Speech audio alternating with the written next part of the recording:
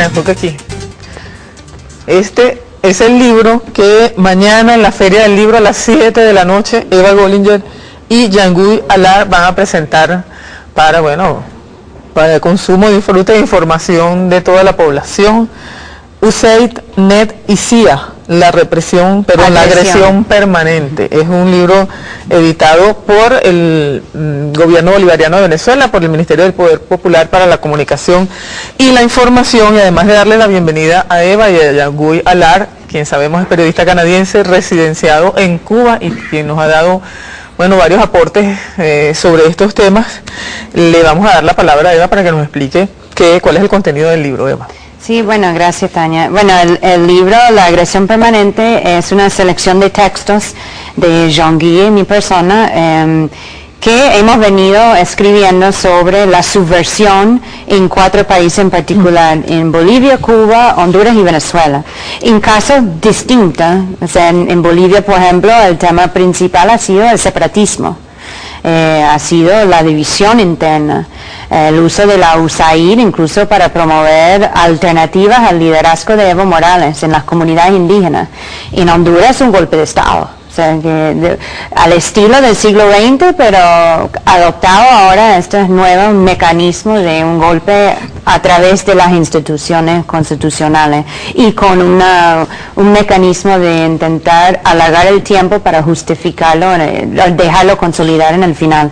En Cuba han sufrido, de todas las diferentes tácticas y estrategias de injerencia y subversión en los últimos 50 años, pero claro, a través de las diferentes agencias, lo que es la USAID, que es el brazo financiero del Departamento de Estado, la NED, el Fondo Nacional para la Democracia, que es del Congreso de Estados Unidos, y la CIA, obviamente, la agencia de inteligencia de Estados Unidos, que ellos utilizan sus diferentes fachadas, incluyendo agencias como Reporteros Sin Fronteras, que Jean-Guy investiga mucho y reporta mucho sobre ello, tanto como ese comunidad miamera de los gusanos, de los autoexiliados cubanos que han permanecido en Miami con una agresión constante contra la revolución.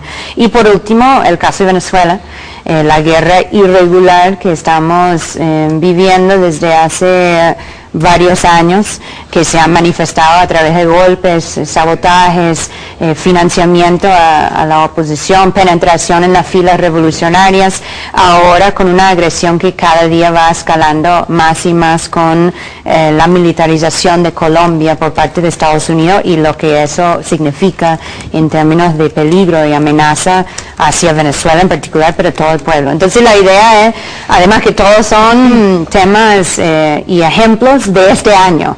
La idea es mostrar que es una agresión permanente, una constancia, una manifestación en todos los países de la región, pero en estos 4, que los 4 son países del ALBA, son países que tienen procesos, si no muy consolidados, avanzando. Honduras, que fue impedido, que fue parado, ojalá que sea por un tiempo breve, y mostrar eso y más que todo traer también el tema de la subversión de nuevo, de las agencias, las fachadas que utilizan para penetrar en la sociedad civil, porque la base militar, por ejemplo, de Colombia, que son una amenaza tan grave y peligrosa y real, representan como la ala visible de la agresión, mientras que la subversión es lo invisible, es la invasión silenciosa, pero es igual de peligrosa.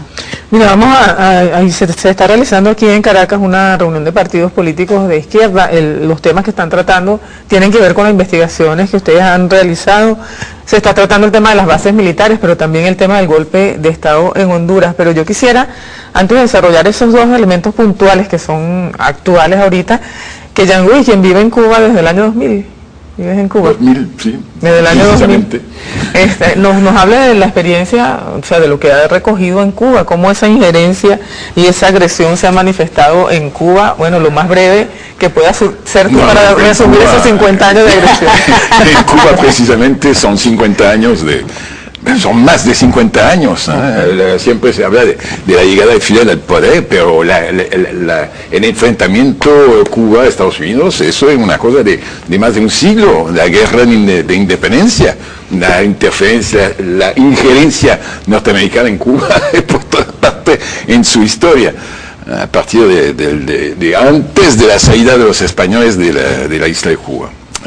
La agresión permanente en este sentido es también que con la llegada de Obama, que supuestamente iba a producirse un gran cambio, el cambio no ocurrió, todos los organismos, los órganos de injerencia, de penetración, siguen tan bien financiados que antes o aún más. La CIA no dejó de trabajar de ninguna forma y de penetrar, infiltrar, de llevar la subversión por todas partes, no solo en América Latina, sino en el mundo entero.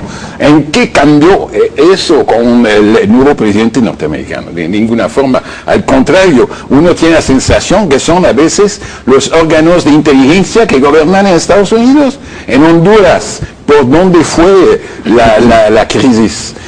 Cuando un embajador cubano-americano con residencia en Miami vinculado a Otto Reich, que cambió la fórmula, la manera de dirigirse de Estados Unidos al continente latinoamericano. Nada cambió, a mi juicio. Mira, vamos a explicar el tema de estos organismos y lo que financian y para qué financian organizaciones no gubernamentales, para qué financian movimientos estudiantiles, cuál es el propósito. A través de un ejemplo, Yanguy escribía recientemente un artículo que leímos aquí, parte de ese artículo, sobre el conocimiento que tenía un escritor, se llama Carlos Alberto Montaner, sobre el asesinato de los sacerdotes jesuitas en El Salvador durante la guerra. Lo presenta Yanguy a Carlos Alberto Montaner como un agente de la CIA. Carlos Alberto Montaner, no sabemos en qué contexto, ofreció una entrevista recientemente a CNN para hablar del tema de Venezuela y Colombia y hacer unos planteamientos específicos, que es lo que quiero que ustedes analicen. ¿Por qué es ese señor el vocero? ¿Por qué lo entrevista CNN? ¿Qué es lo que hay detrás de declaraciones como esta? Pero lo realiza además después de haber estado en Honduras y de haber participado allí también en eventos para legitimar el gobierno o la dictadura de Roberto Micheletti. Vamos a escuchar.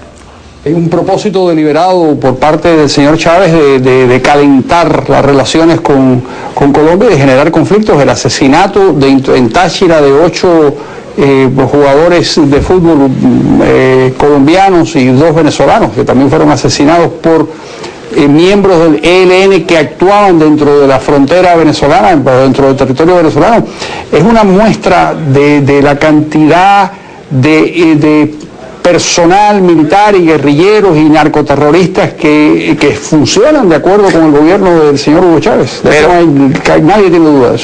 Pero no estamos afirmando aquí, o mejor dicho, no estarás afirmando tú, me imagino, que el señor Chávez tiene algo que ver con los asesinatos en sí. No, por supuesto no con los asesinatos, pero sí con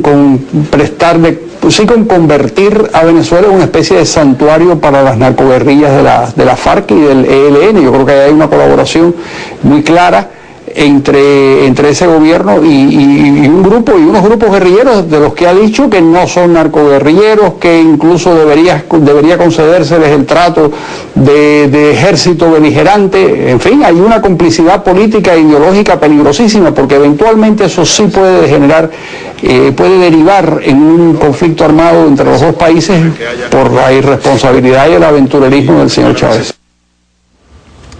¿Por qué en CNN, en un programa que entiendo es sobre economía y finanzas, Carlos Alberto Montaner, quien entiendo se presenta como escritor, está hablando de esos temas? Explíquenos ustedes. Qué clase de payaso, ¿eh? Qué clase de payaso. Es increíble. Le pusieron además una serie de doctorados, de títulos de profesor de por aquí, de por allá, cuando Carlos Alberto Montaner es un agente de la CIA. ¿Por qué tú dices eso? Auténtico, porque toda su vida la hizo pegado a las orientaciones del Departamento de Estado, para empezar, ¿no? Él habla de asesinato y no sé qué. Carlos Alberto Montaner fue arrestado en el 60 en La Habana con bombas en su casa, en la época que hay bombas que explotaban en cines en La Habana, en tiendas, que hubo muertos, atentados, no se puede decir que combatía el comunismo o lo que sea. Era en el 60, ni existía, ni se usaba la palabra socialismo en aquel momento. en La Habana, Luis Posada Caídas, los confundí. Carlos Alberto Montaner y Posada Caídas, de tal forma que está involucrado en el caso de los jesuitas también.